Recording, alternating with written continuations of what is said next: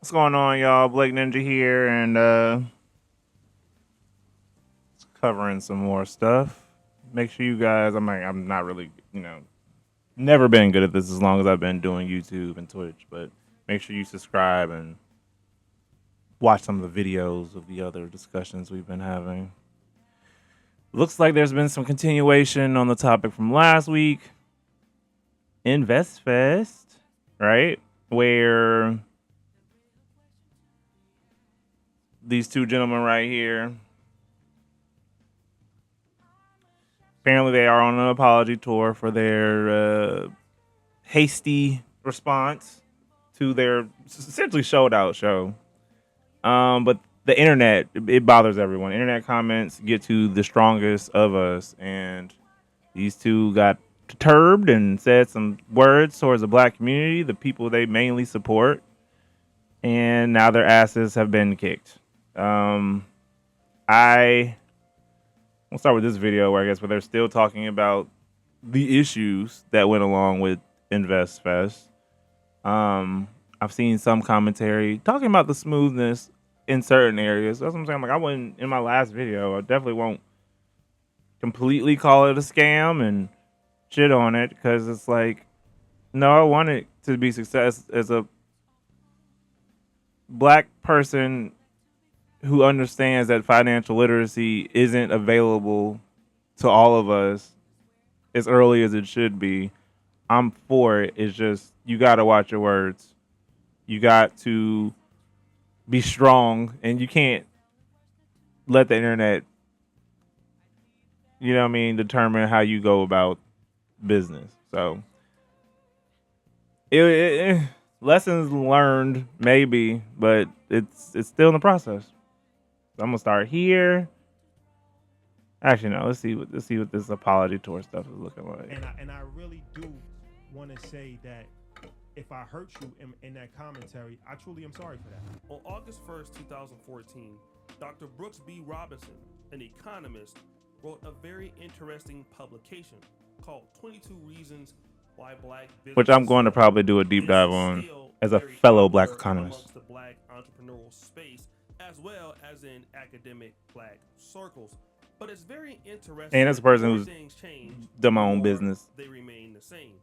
If you look at what's happened with Earn Your Leisure and Rashad Bilal, you can really see that this was all predicted back in 2014.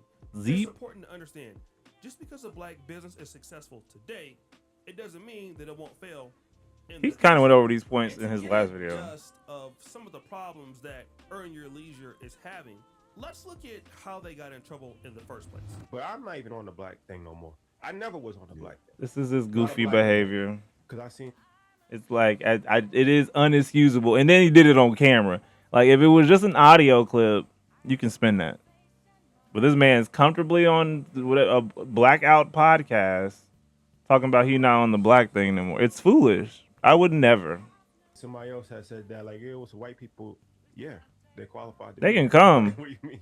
You don't gotta. It's kind of like the issue I'm having with this UGA black alumni stuff, where they're like, it just seems that everybody can come. It's insinuated. You don't gotta write it down.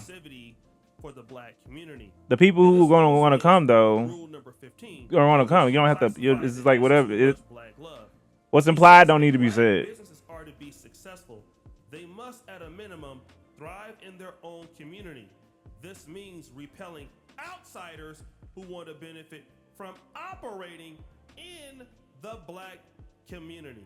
Which is always the case. Whenever there's a creation or something that we're on, it's always outside influence that wants to come and profit off of it, take it, and then say that we never came up with it in the first place. And you can't contribute to that, dog. In essence, it is a zero-sum game. If outsiders are benefiting, then insiders are losing. Correct. When potential patrons of okay, I ain't trying to just redo his video from last time. I need, I guess, more commentary on them. Then what happens is those non-blacks will be able to set up booths. They'll be able to set up courses. This is like almost a rehash. And then There's gonna be even more white people next year, and Spanish and the Filipinos, of course. Like I'm done. I'm done. It's been real. Y'all. What y'all for? What? The only thing you're gonna do is criticize it and tear it down. I already seen this. What's the cleanup? Where's the cleanup? Foolish, yes. Rashad, foolish, needs to work on it. Yes. All the millions of dollars don't make you not be stupid. Understood. Assets over liabilities. Well, liability is putting out stupid internet videos where you doubt your biggest customer. Stupid. Anyways, let's see. So yeah, we already went over this. The 4 ways in which Rashad broke the economic rules of black business success. Yes, he broke it, I guess, in 4 ways. Most of them was how he communicated. It was all in the communication and trusting your audience, which is black people. I don't know what fantasy world my guy lives in.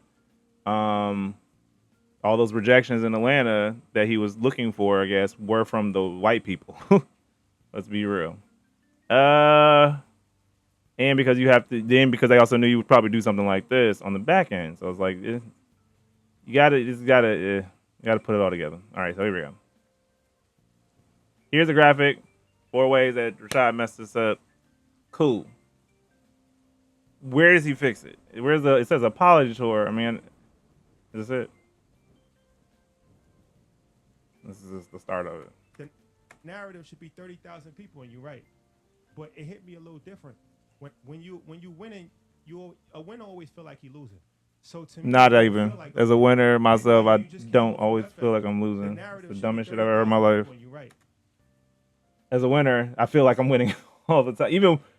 Even when I'm losing, I feel like I'm winning. That's how an actual winner feels. But it hit me a little different when I know the work that we all put in to help people, to help black people. Then and don't say stupid shit like that, buddy. Left and right on my timeline, and people talking about, I met this person at Invest Fest, and they took my website. Now we're responsible for attendees also.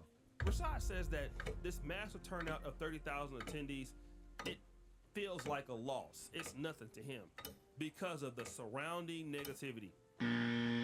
He's focusing on the constant complaints on his timeline, internet accusations that like he's 12, scammed at the conference.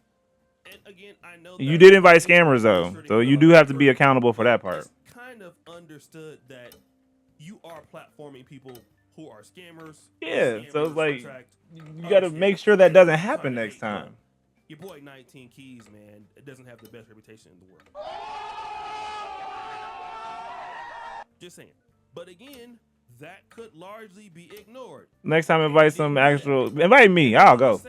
And to see people, and then I'm seeing people in the comments that I know personally, that we help, that we put on the show, champion like this, narratives like that.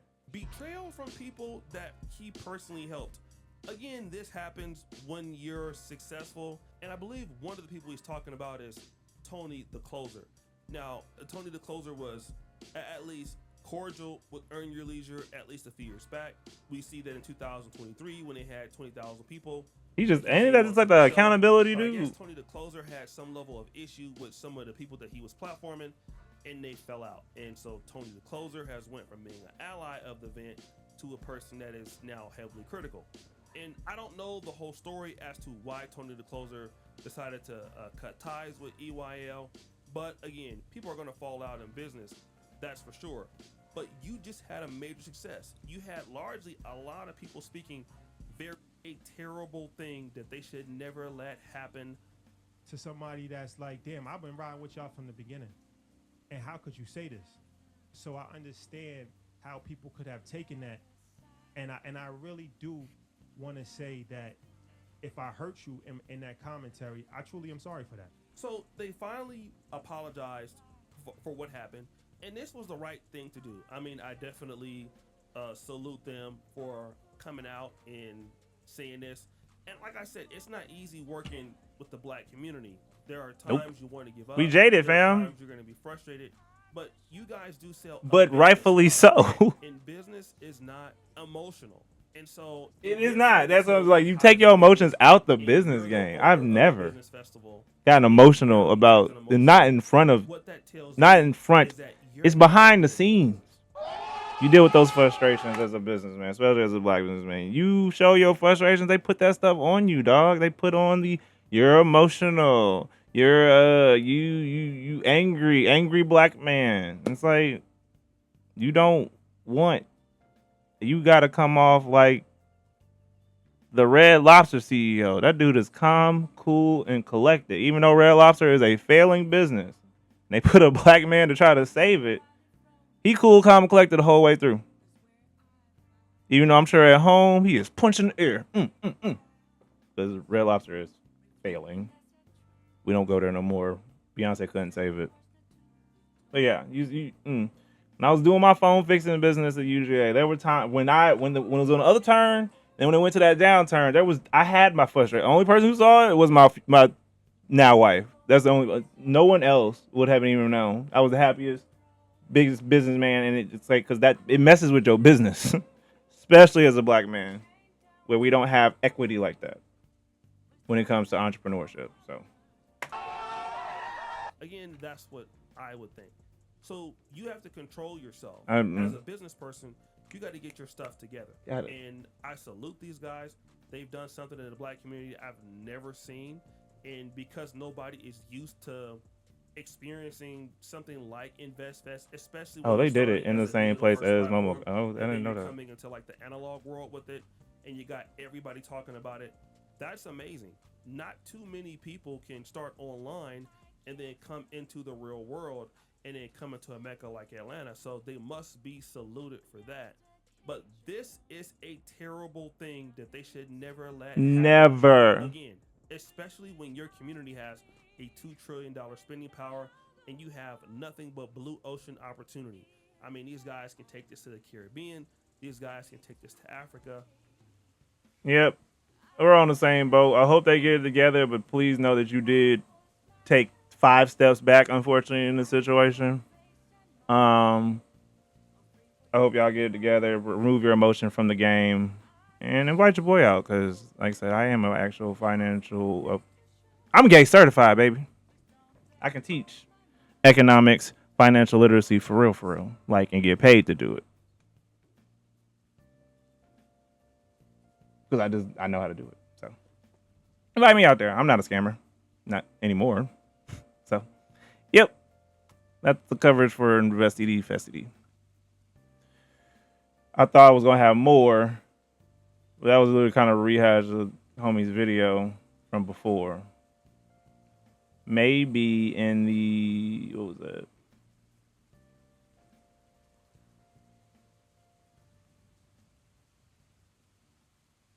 Pink book. Ugh.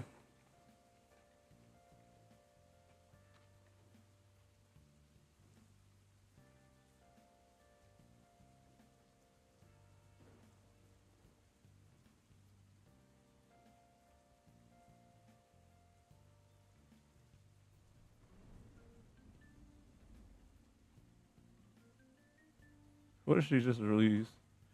Yeah, Atlanta just going through our own stuff right now. I had no intention. I didn't pitch myself to them. I actually didn't understand where we aligned. Parties where you're at and let me know. Put your hands up, throw 'em up, right side. Everybody put your hands up, throw 'em when the beat come back. This is hilarious. I will lie. They literally do this at cons though, like at Momo Con and stuff. These outfits are. That was synonymous with Atlanta, right? Freak Nick. Say it, Troy. I know you married, but damn. Come on, we're trying to location for a right? So yeah, it has all the things. I'm saying they want to be able to dress however they Freaknik energy, just a different venue.